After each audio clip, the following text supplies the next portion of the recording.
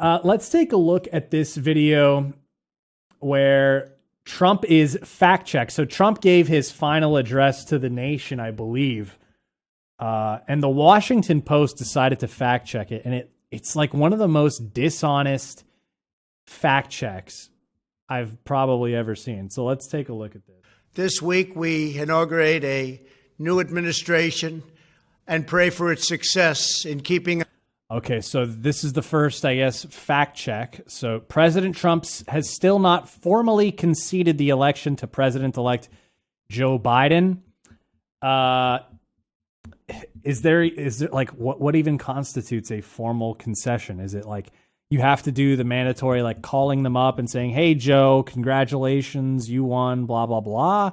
Is that what's considered a formal concession? Or is it when Trump said there will be a peaceful transition of power to a new administration? Like, is that considered formal? I don't know. It's not like, I don't think it's laid out in the Constitution that you have to call someone on the phone. If I'm not mistaken, I don't think like landlines and phones and cell phones existed back then, but I could be wrong. All Americans were horrified by the assault on our Capitol. Political violence is an attack on everything we cherish as Americans. It can never be tolerated. Now, so here's the next fact check. Look how dishonest this is. So Trump says, the attack on our Capitol was terrible, cannot be tolerated, blah, blah, blah, blah, blah. And their fact check to this is Trump released a video on January 6th telling rioters who were still at the Capitol, we love you. You're very special. How dishonest is that? You know what they left out? Guys, go home. Be peaceful. Don't do this. This is not who we are. But like they left all that stuff out. You have to go home now. We have to have peace. We have to have law and order. We have to respect our great people in law and order. We don't want anybody hurt. We have to have peace. So go home. We love you. You're very special. But go home and go home in peace. That's so dishonest. Like, Elijah Schaffer actually put out a tweet, which was, kind of indicative of what the media constantly does. Because Baked Alaska was one of the people who he stormed the Capitol and was in there, and he's been arrested, right? So Elijah put out a tweet saying something like, former BuzzFeed contributor and Andrew Yang supporter Baked Alaska has been arrested for storming the Capitol. And it's like, are those things true? Yeah, he's a former BuzzFeed writer or contributor or whatever. Also was an Andrew Yang supporter at the time, but it also, ignores the greater context that he got like a MAGA tattoo. He made like the MAGA songs. He was a big Trump supporter. All these other things. He was at Charlottesville. Like it ignores a lot of context. Like the audience is not coming out more informed with this fact check that you're providing. So, I know that was Elijah's point in doing that. And that's what the media does all the time. They gaslight people. They give people the wrong information. And they're doing that here by saying this, they stormed the Capitol. And you know what Trump said? He said, we love you. You're very special. Did he say those words? Yes, he did. What's the greater context? It was in the context of him trying to calm the tensions and get people to stop rioting.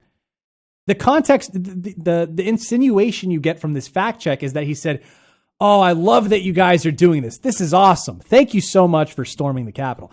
That's the implication from this fact check. It's so dishonest. We passed the largest package of tax cuts and reforms. So now he's talking about his tax cuts, largest tax cuts and reforms. He says that now that their fact checked is Trump's tax cuts, which favored the wealthy and corporations, were only the 8th largest. It really depends how you constitute that, how you count that. Again, that's how you can lie with statistics. You can kind of make them say whatever you want. But did it favor the wealthy and corporations? I mean, this is kind of dishonest as well, because virtually any tax cut that you're going to do across the board is going to favor the wealthy and corporations because they're the ones who primarily pay the taxes in the first place. Half the population doesn't pay federal income tax. That's kind of how it works. So you can't really cut taxes for people. you can't really cut federal income tax for people who don't pay it. So, but it did reduce taxes pretty much across the board. But in fact, a lot of wealthy people in coastal areas, like,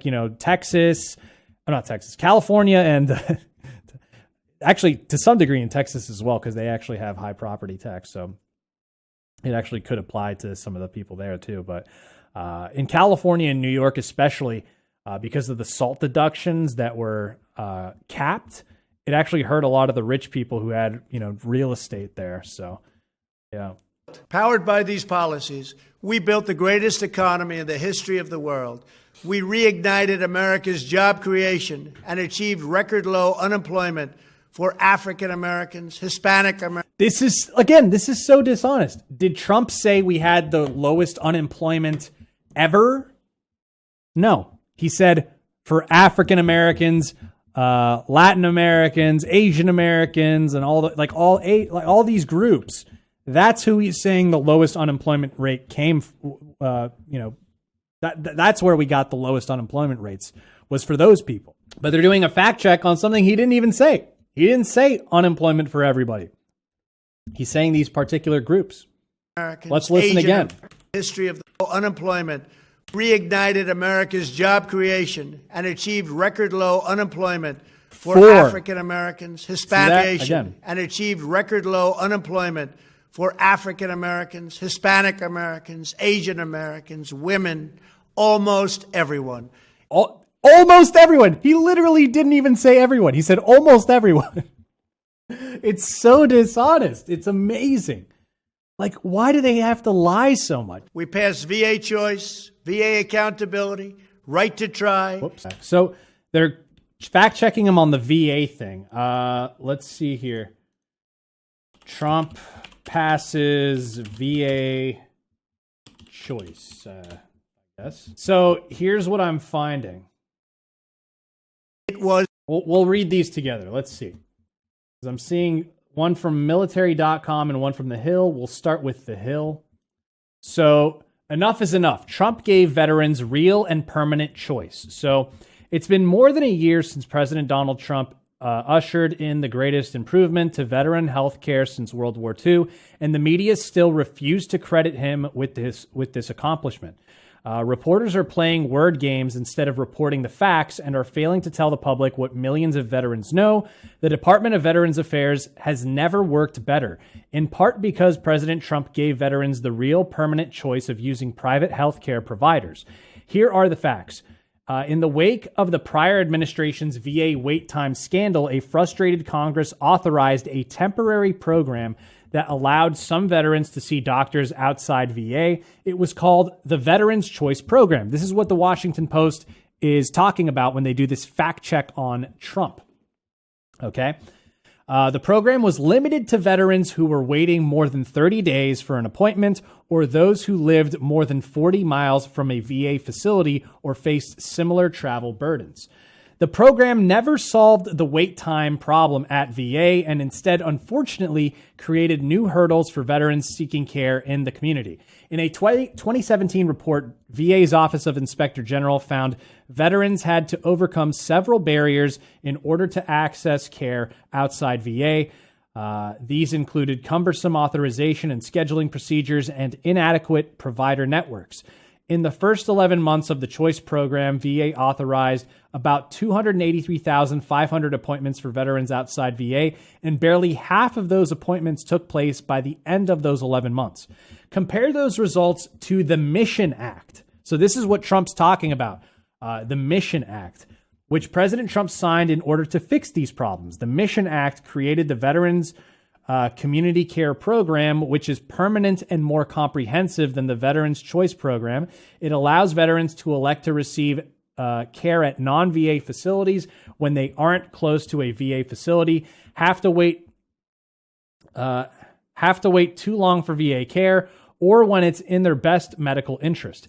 That's a critical difference. The Mission Act signed by Trump puts veterans at the center of their care for the first time in history, allowing them to elect to receive outside expertise when they need it and improving their health outcomes. Even better, the Mission Act actually works. The numbers show there was pent-up demand for community care among veterans that the Mission Act unleashed. In the nearly 15 months since the Mission Act took effect, more than 2.4 million veterans have benefited from more than 6.5 million referrals to community care. While the old choice program suffered from not having enough community care partners, under the Mission Act, VA is working with 725,000 private healthcare providers to ensure veterans have this option in the real world, not just on paper. New urgent care benefits, blah, blah, blah, blah, blah. That means veterans don't have to find a VA facility if they sprain their ankle or develop a minor infection. They can get care close to home, and so far more than 360,000 urgent care community appointments have occurred. So that's huge. That's like to do that fact check is so dishonest. There's another military.com. Trump signs $55 billion bill to replace VA choice program, and that's the Mission Act, what he was talking about. So they're being so dishonest when they say, like, oh, he's just taking credit for something Obama did. No, they passed an entirely new piece of legislation. It's ridiculous. All right, let's take a look some more. It was a miracle. We passed VA. And the problem is you'll have people who watch these videos and they'll repeat this stuff, regurgitate it without fact checking it themselves. Look how long it took me just to find that information that 99.9% of people are never going to look up.